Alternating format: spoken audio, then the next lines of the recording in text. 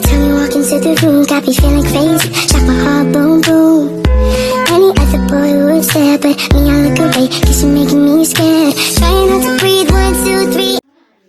Halo, Assalamualaikum warahmatullahi wabarakatuh. Perkenalkan, nama saya Hijrawati dari Fakultas Ekonomi dan Bisnis Islam, Prodi Perbankan Syariah kelas C. Jadi di sini saya akan membahas materi mengenai inflasi dan pengangguran uh, dalam ekonomi Islam. Jadi dalam ekonomi Islam, inflasi dan pengangguran dipandang bukan hanya sebagai fenomena ekonomi biasa, melainkan juga sebagai masalah sosial dan moral yang harus ditangani dengan prinsip-prinsip syariah. Nah, inflasi dalam ekonomi Islam ini dianggap sebagai salah satu kondisi yang dapat merugikan masyarakat karena menyebabkan ketidakstabilan harga dan mengurangi daya beli umat, terutama bagi golongan miskin dan rentan. Oleh karena itu, inflasi ini harus dikendalikan agar harga barang dan jasa itu tetap stabil. Nah, sehingga kesejahteraan masyarakat dapat terjaga. Prinsip larangan riba dan spekulasi juga dipegang ketat dalam mengendalikan inflasi karena praktik-praktik tersebut itu dapat memperparah ketidakstabilan ekonomi dan juga menimbulkan ketidakadilan. Seperti itu.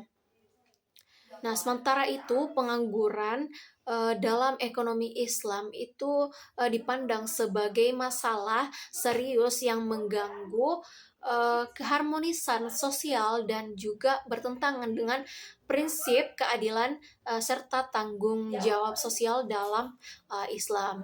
Jadi setiap individu itu memiliki hak untuk mendapatkan pekerjaan yang layak dan juga mendapat penghidupan yang halal.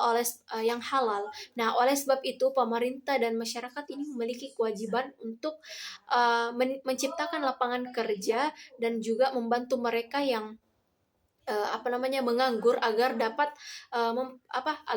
produktif kembali. Nah, Islam juga menekankan pentingnya zakat, infak dan sedekah sebagai mekanisme distribusi kekayaan yang bisa membantu mengurangi dampak sosial dari pengangguran.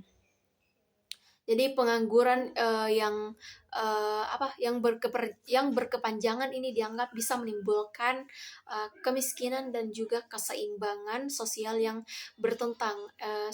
bertentangan dengan tujuan maqasid syariah, yaitu menjaga kesejahteraan dan keadilan umat, seperti itu.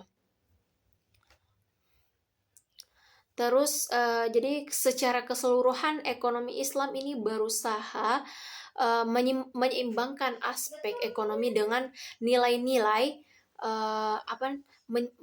menyeimbangkan aspek ekonomi dengan nilai-nilai moral dan sosial, sehingga inflasi dan pengangguran itu tidak hanya dipandang dari sisi angka dan statistik, tetapi juga dari dampak terhadap manusia dan masyarakat secara menyeluruh. Pemerintah dan pelaku ekonomi ini diharapkan menjalankan prinsip-prinsip syariah yang mengutamakan keadilan, keseimbangan dan juga tanggung jawab sosial dalam mengatasi kedua masalah tersebut. Mungkin itu saja yang dapat saya sampaikan, kurang dan lebihnya mohon dimaafkan. Wassalamualaikum warahmatullahi wabarakatuh.